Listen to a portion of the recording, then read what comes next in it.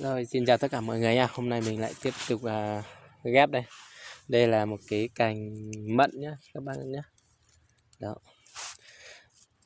Thì nếu mà để mà ghép cái tỷ lệ nó sống mà cao ấy thì mình phải chọn những cái cành mà nó non.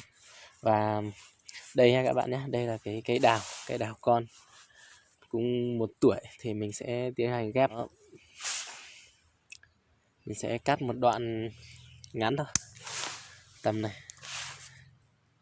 Tầm 15 phân. Hơn 10 phân rồi đấy.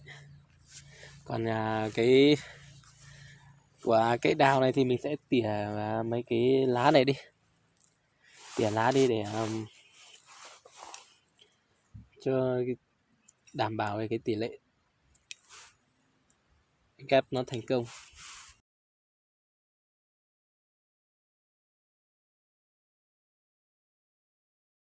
Sau khi thì ta sẽ cắt bỏ cái phần ở trên. Sau khi cắt thì chỗ này tôi sẽ bổ đôi thôi các bạn nhé, bổ đôi ra, không phải ghép cầu kỳ đâu, chỉ cần bổ đôi ra là được, thế này thôi.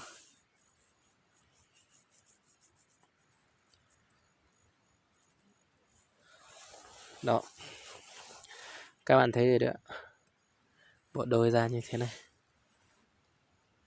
Và sẽ vót cái này luôn nhé, vót hai bên cho nó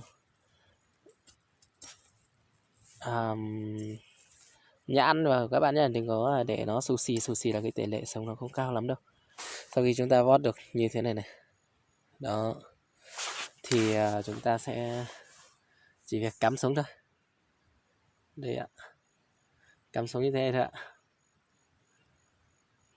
Chúng ta phải chuẩn bị cái cuộn giấy cuốn này nhé. Đó, chúng ta cuốn thì chúng ta sẽ cuốn từ dưới lên trên. Đây, sau khi chúng ta cuốn được như thế này thì chúng ta sẽ ấn tiếp nhé, ấn xuống, ấn làm sao xuống cho nó chặt nhất có thể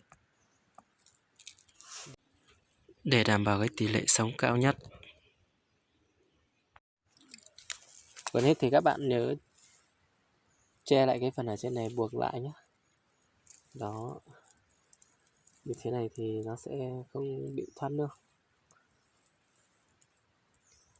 Cái phần ở trên thì nó sẽ đảm bảo hơn.